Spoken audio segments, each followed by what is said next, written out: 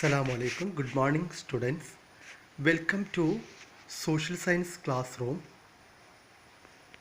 In this class, I would like to share some pictures relating to our first chapter. Okay, we discussed 8th century to 18th century is known as the medieval period in India. 8th century to 18th century is known as the medieval period in India. Okay, what are the different rulers? Who are the different rulers and what are the specialities during this period? It is the main important topics in this lesson we are going to study. Okay, once again, please listen. 8th century to 18th century is known as medieval period in India. Unlike in India, other parts of the world, the medieval period, in the case of medieval period, we can see some variations. Okay, so 8th century to 18th century is known as the medieval period. What are the specialities of this period? Can you say what is the specialities of this period? We discussed this chapter start with the monologue of Yamuna river.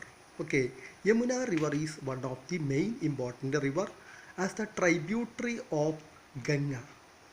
And on the riverside of Yamuna, we observed a number of the historical monuments that we discussed, that we learned, you prepared in your activity book. Okay, world famous historical monuments settle on the bank of Yamuna river.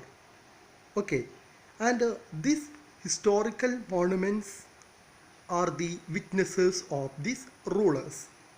Then Yamuna river is originated from Yamunotri in Uttarakhand. It is the original place of the Yamuna river.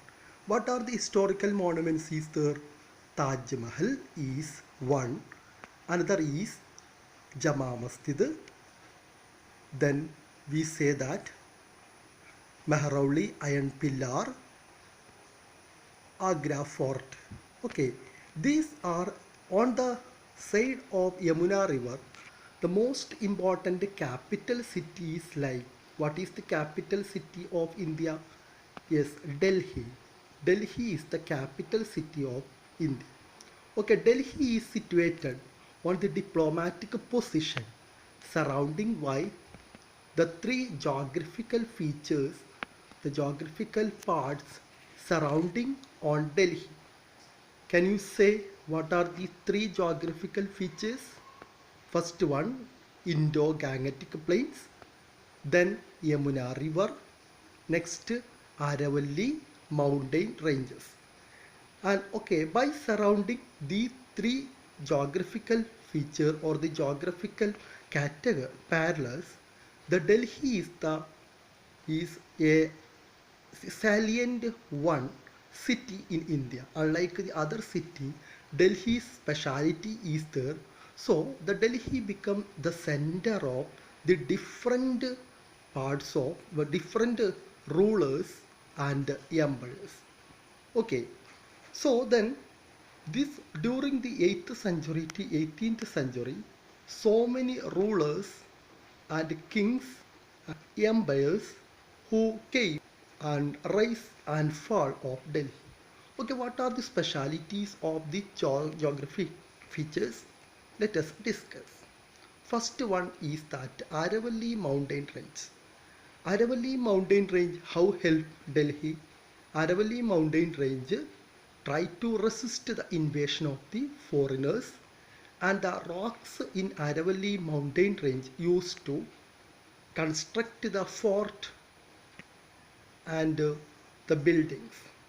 Okay, Aravalli mountain ranges that locate the western side of Delhi, it resists so many foreign rulers who try to the next one, Indo-Gangetic Plain.